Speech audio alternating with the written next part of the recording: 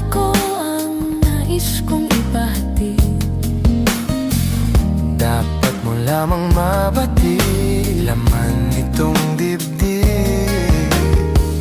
Tila 10 daang awitin ang natapos kong likhain. Ito ang tunay na damdamin, tanggapin natin